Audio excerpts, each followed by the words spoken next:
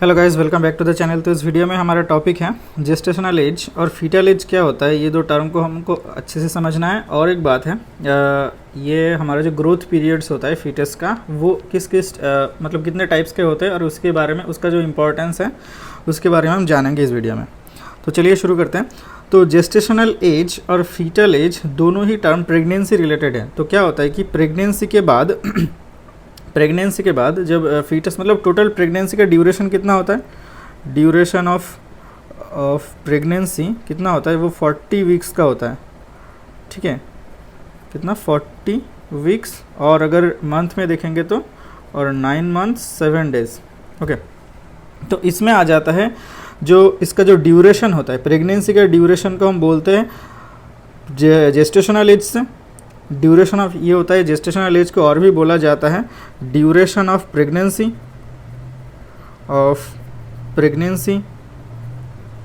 और इसको period of amenorrhoea भी बोला जाता है। एमेनोरिया मतलब, क्योंकि एमेनोरिया का मतलब क्या होता है, एब्सेंस ऑफ मेंस्ट्रुएशन। ओके, तो मेंस्ट्रुअल साइकिल वो एब्सेंट है, तो ड्यूरिंग प्रेगनेंसी मेंस्ट्रुएशन नहीं होता है, वो साइकिल बंद रहता है कितने दिन तक, 40 वीक्स तक और 9 मंथ्स और 7 डेज तक।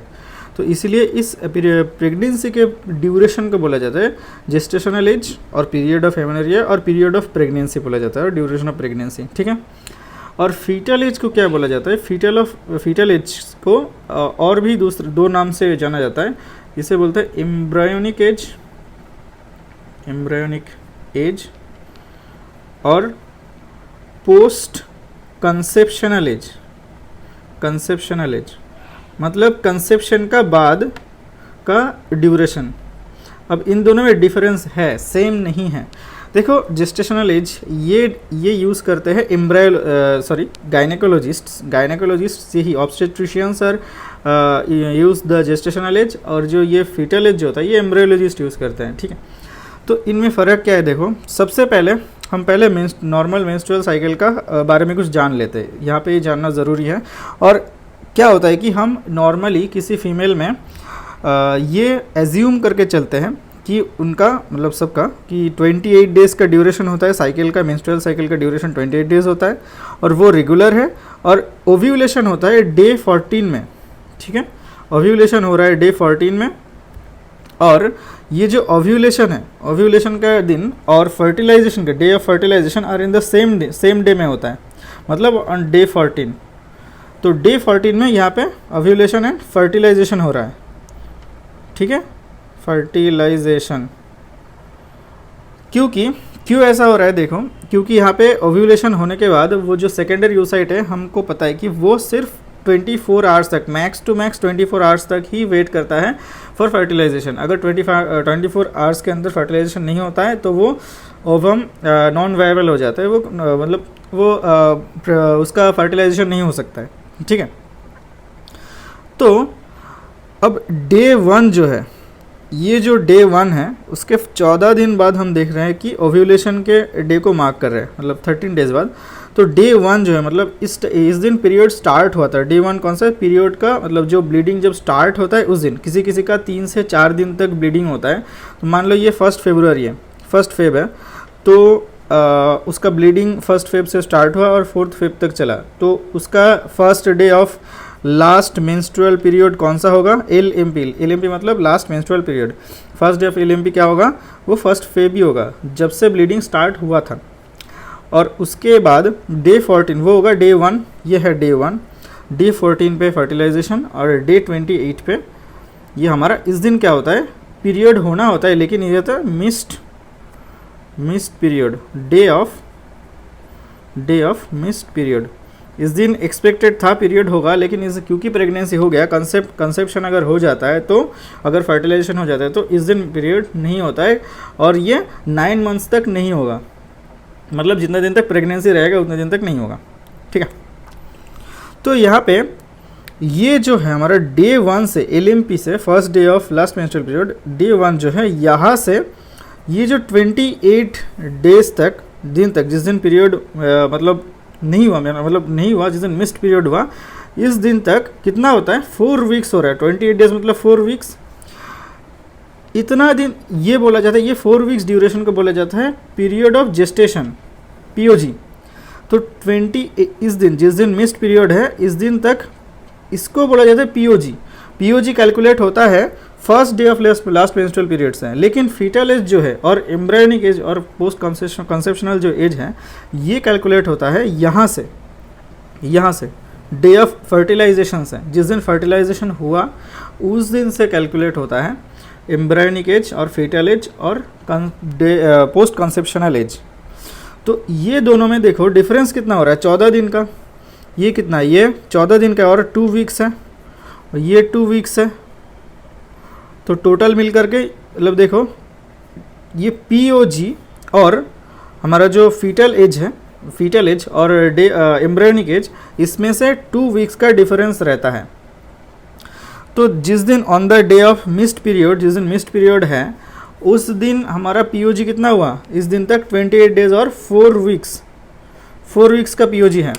ठीक है, यहाँ पे on the day of missed period, तो ये 4 वीक्स का पीओजी हो गया।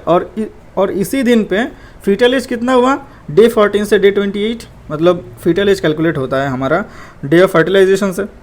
तो फर्टिलाइजेशन से उस दिन तक जिस दिन मिस्ड पीरियड हुआ, उस दिन का ड्यूरेशन कितना है, 2 वीक्स। तो 2 वीक्स हो गया फीटल एज, वो जिस दिन मिस्ड पीरियड हुआ। सपोज यहाँ पे मान लेते हैं, देखो एक इंसिडेंस को हम यहाँ पे कैलकुलेट कर लेते हैं, मतलब यहाँ पे डिस्कस करते हैं। मान लो शादी हुआ इस फीमेल का कौन सा दिन, 12 फेब को, इस दिन मैरिज हुआ। और शादी के 12 फरवरी में मैरिज हुआ, 28 फेब को इसका मिस्ड पीरियड हुआ। इस दिन अगर यूरिन प्रेगनेंसी टेस्ट किया, देखा कि यहाँ पे प्रेगनेंसी आ गया है, प्रेगनेंसी प्रेजेंट, ओके। तो यूरिन प्रेगनेंसी टेस्ट मतलब पॉजिटिव आ गया। तो यहाँ पे देखो, क्योंकि 16 डेज पहले देखो शादी हुआ था, लेकिन अगर तुम अभी इस टाइम पे देख रहे हो कि 4 वीक्स, मतलब प्रेगनेंसी का ड्यूरेशन कितना है, 4 वीक्स हो गया है, क्योंकि on the day of missed period pregnancy का ड्यूरेशन होता है 4 वीक्स। अब उनको क्लियरिफाई ये करना होगा कि देखो 4 वीक्स यहाँ से क्या होता है, ये 1 फेब को आ रहा है, तो यहाँ पे कुछ मिसकम्युनिकेशन हो सकता है, क्योंकि शादी हुआ 12 फेब को और आप बोल रहे हो कि उसके 10-11 दिन पहले, मतलब ज़्यादा है, उससे 10 से 11 दिन ज़्यादा है पीरियड ऑफ प्रेगनेंसी। आपको क्लैरिफाई करना है कि कंसेप्शन हुआ था हमारा 2 वीक पहले, लेकिन प्रेगनेंसी हम कैलकुलेट करते हैं first day of last menstrual period से। ठीक है, तो on the day of missed period ये होता है 4 वीक्स का ड्यूरेशन, प्रेगनेंसी का ड्यूरेशन, और फीटल एज हो जाता है 2 वीक्स का। और इसमें और एक इंसिडेंस एग्जांपल देख लेते हैं कि अगर कार्डियक एक्टिविटी होता है क्या, fetal cardiac activity on ultrasound ये विजिबल होता है 21 days after fertilization. 21 days after fertilization होता है। तो 21 डेज आफ्टर फर्टिलाइजेशन, ये जो पीरियड है 21 डेज मतलब कितना होता है, 3 week. 21 days equals to 3 week. तो ये जो पीरियड है आफ्टर फर्टिलाइजेशन, कौन सा है, ये फीटल पीरियड है। तो 3 वीक हुआ तुम्हारा फीटल पीरियड। अब जब फीटल पीरियड 3 वीक्स है, तो पीओजी कितना होगा, उसके साथ कितना 2 वीक्स ऐड करना होगा, 3 वीक्स प्लस 2 वीक्स मतलब 5 वीक्स। तो आफ्टर मतलब जब फीटल कार्डियक एक्टिविटी विजिबल होता है on ultrasound on TVS, transvaginal sonography में, after 21 days fetal cardiac activity visible होता है, तो तब पीओजी कितना होता है, 5 weeks POG, period of gestation. ये ऑब्स्टेट्रिशियन देखते हैं और फीटल एज देखते हैं एम्ब्रायोलॉजिस्ट। तो ठीक है, आई थिंक आपको ये वाला पार्ट फीटल एज और जेस्टेशनल एज वाला पार्ट आपको क्लैरिफाई हो गया होगा।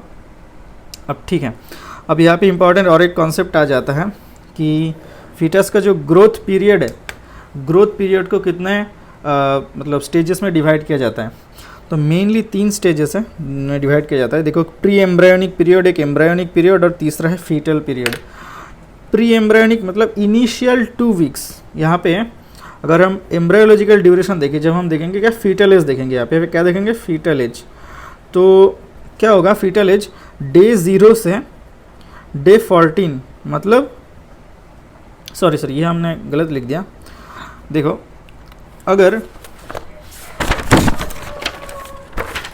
देखो ये जो है डे 14 जो साइकिल का जो डे 14 है यही हमारा फर्स्ट डे है, मतलब अगर फीटल एज के हिसाब से 1 डे फीटल एज, ओके, मतलब डे 15 में, यहाँ पे डे 15 में, तो ये होगा फर्स्ट डे, 1 डे होगा। तो डे 14 से डे 28 इतना टाइम तक जो फर्स्ट 2 वीक पीरियड है, इसे हम बोलते हैं प्री एम्ब्रायोनिक पीरियड, ठीक है। तो एम्ब्रायोलॉजिकली क्या देखते हैं, फर्स्ट 2 वीक्स आफ्टर फर्टिलाइजेशन, इसे हम बोलते हैं प्री एम्ब्रायोनिक पीरियड। और एम्ब्रायोनिक पीरियड कौन सा होगा, from 3rd week after fertilization to 8th week after fertilization, ठीक है। और 9th वीक टू डिलीवरी होता है fetal period, 9th week to delivery होता है फीटल पीरियड। तो इसी को ही अगर हम प्रेगनेंसी पीरियड ऑफ जेस्टेशन में अगर कन्वर्ट करेंगे तो कितना होगा, 2 वीक्स ऐड करते रहेंगे, तो 2 weeks of POG to 4 weeks of POG होता है, ये है हमारा प्री एम्ब्रायोनिक पीरियड, क्योंकि first 2 weeks 0 to 2 week, 2 weeks to 4 weeks हो जाएगा। और एम्ब्रायोनिक पीरियड कौन सा होगा, 3rd वीक मतलब 5th week to 8th week मतलब 10th वीक, ये हो जाता है हमारा एम्ब्रायोनिक पीरियड। और फीटल पीरियड कौन सा होगा, 9th वीक मतलब 11th वीक, इसको अगर 2 वीक से ऐड करेंगे तो 11th वीक टू डिलीवरी, ठीक है। तो ये हो गया हमारा फीटल पीरियड। अभी यहाँ पे इम्पॉर्टेंट कुछ एक बात याद रखना है, इनमें से सबसे इम्पॉर्टेंट पीरियड होता है एम्ब्रायोनिक पीरियड एक टर्म के हिसाब से, वो होता है टेराटोजेनिक इफेक्ट मतलब कुछ फैक्टर होते हैं like drugs, temperature, maternal illness, ऐसे बहुत कुछ फैक्टर होते हैं जो प्रेगनेंसी के टाइम पे अगर वो एक्सपोज्ड हो गया वो सारे फैक्टर्स है, तो फीटस में बर्थ डिफेक्ट, ग्रोथ डिफेक्ट, ऐसा बहुत सारे कुछ डिफेक्ट फीटस में मतलब आता है। तो वो जो इफेक्ट है सबसे ज़्यादा कौन से टाइम पे आता है, वो एम्ब्रायोनिक पीरियड में। ये एम्ब्रायोनिक पीरियड में क्या होता है, ऑर्गेनोजेनेसिस होता है। यहाँ पे क्या होता है, ऑर्गेनोजेनेसिस।